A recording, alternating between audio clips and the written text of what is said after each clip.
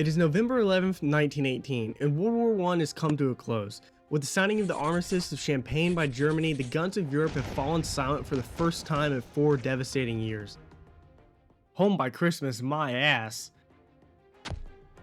Millions of lives were lost as a consequence of militaristic ambitions and nationalistic ideologies that had dominated the late 19th and early 20th century. But the end of the war did not bring immediate peace. Instead, it marked the beginning of a new chapter, one where the borders of the world would be redrawn by the victorious Entente powers. Their goal was not to only strengthen their alliance, but to also weaken and humiliate the defeated Central Powers. The peace treaties that followed sought to reshape Europe, ensuring that the former enemies would never again pose a threat. These agreements would not only define the post-war order, but also sow the seeds for future conflict, laying the groundwork for the future tensions that would ultimately erupt into World War II.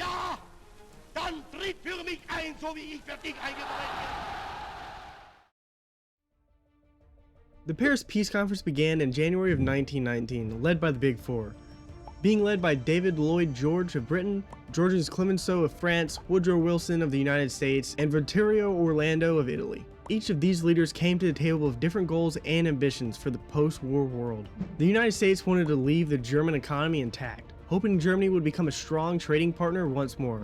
Wilson also tried to incorporate as many of his 14 points as possible into the final treaties, promoting free trade and self-determination, especially for the nations within the Austro-Hungarian Empire and for the newly independent Poland and Armenian states. But the French and the British did not fully support the self-determination doctrine of Wilson, and fears of their own colonies asking for the same privileges due to their contributions in the war. The French sought to also cripple the Germans economically and militarily, and impose harsh reparations, ensuring Germany could never again threaten France. Britain, like the US, was wary of completely destroying the Germans' economy. Britain's leaders valued Germany as a potential trading partner. However, they demanded the destruction of the German Navy to eliminate any future threat to the British naval supremacy.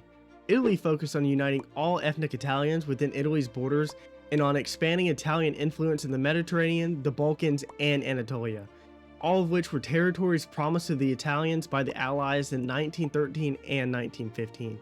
Despite their differences, all 4 powers shared one achieving goal: to redraw the map of Europe and establish a new world order, one in which the catastrophe like seen in the Great War would never happen again. One key idea that Woodrow Wilson's 14 points brought to the Paris Peace Conference was the creation of the League of Nations, an international organization designed to police the world and help prevent another global conflict like seen with World War I. Ironically, even though Wilson was essentially the main architect of the League of Nations, the United States never joined. The Senate rejected the treaty not once but twice in 1919 and 1920. Instead, the United States signed a separate peace treaty with Germany in 1921, which included everything except membership into the League of Nations. The American Senate and much of the public feared that American membership in the League of Nations would drag the US into future wars. As a result, America refused to ratify the Treaty of Versailles. Still, even without the United States, the League of Nations moved forward. Its goal was to encourage international cooperation and create economic entanglements that would make it harder for nations to go to war. In fact, the League played a critical role in stabilizing the Austrian and Hungarian economies in the 1920s. The League also put European colonies under international supervision, aiming to prevent their atrocities like seen in the Belgian Congo from happening ever again. Another strategy for preventing future wars was that of arms limitation. The League hoped to avoid future arm races, like seen with the Anglo-German naval buildup that helped fuel the tensions before World War I. However, the United States beat the League to it in 1922 with the 5-Power Treaty, and was signed in Washington, D.C., bringing together major League members of Britain, France, Japan, and Italy outside of the framework of the League of Nations, bringing into question the purpose of its being. And if its own members don't even use the League for these legal protections, why should anyone else? This is commonly seen throughout the 1920s and 1930s. The first treaty signed after World War I was the Treaty of Versailles, officially signed on June 28, 1919, exactly 5 years after the assassination of Archduke Franz Ferdinand. It took months for the European powers to decide how they wanted to deal with Germany, and throughout the entire negotiation process, the Germans were not invited to participate. They were only allowed in once the terms were final, and at that point their role was simply to sign the treaty. In effect, they were forced to accept whatever was presented with no room for negotiation. One of the treaty's most controversial provisions was the War Guilt Clause of Article 231, which placed full responsibility for the war on Germany. While the war technically began with Austria-Hungary's declaration of war on Serbia, Germany became the prime target for blame, largely because it was the last major Central Powers member left standing in 1918. By accepting blame, Germany was also forced to shoulder the entire cost of the war. In addition to financial penalties, Germany was stripped of 13% of its European territories and 12% of its population. Eastern regions were ceded to Poland, while western regions went to France and Belgium. In total, the Allies seized around 65,000 square kilometers or 250 square miles of land. Germany also lost all of its overseas colonies, which were divided primarily between Britain and France. The German military was also severely restricted.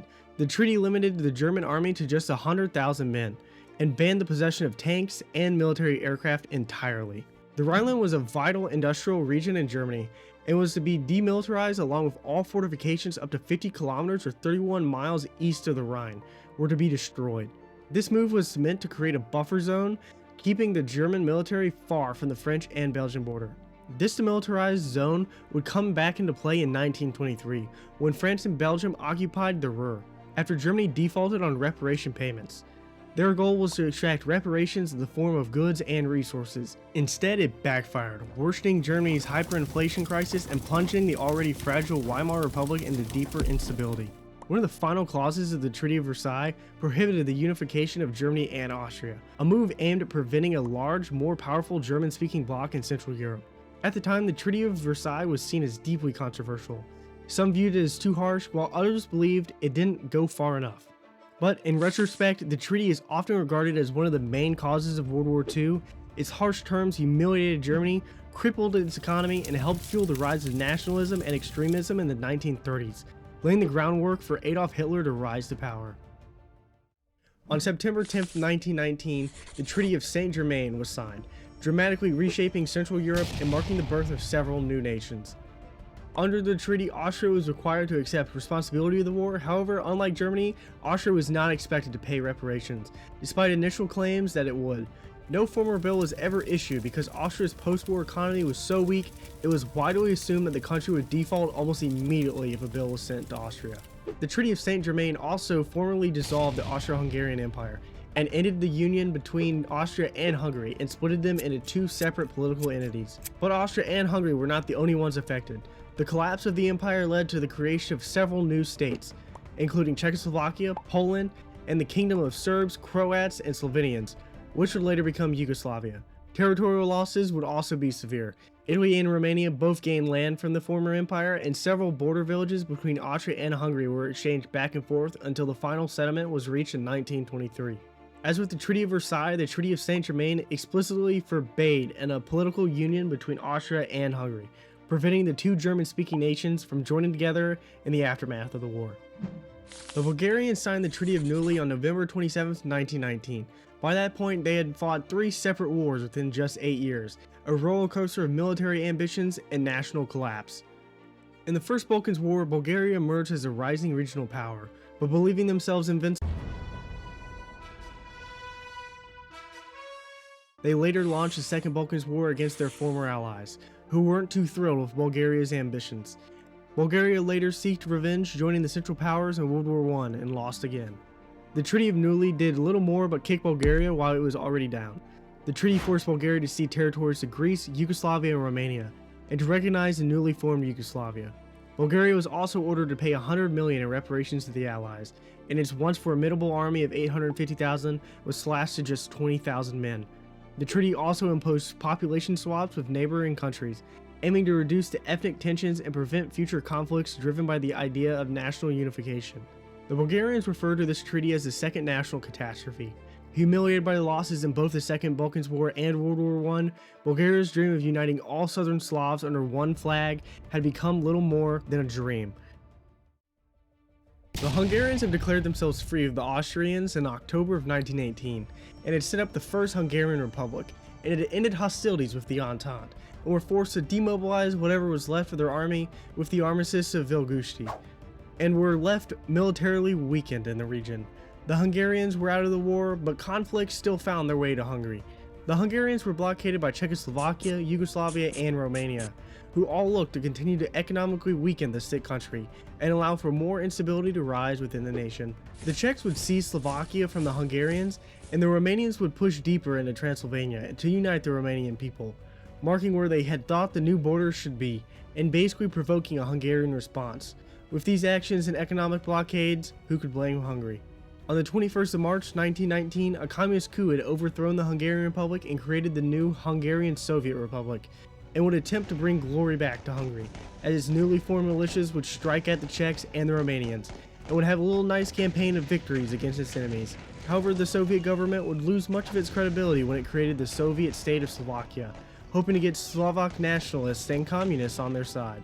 This caused a rift within the new Soviet state because it had become clear to the people and the army that the new Soviet state no longer looked to re-establish Hungarian power, but to spread communism across Central Europe. The Soviet army would soon collapse because of desertions and lack of support from the people, and the party would soon follow.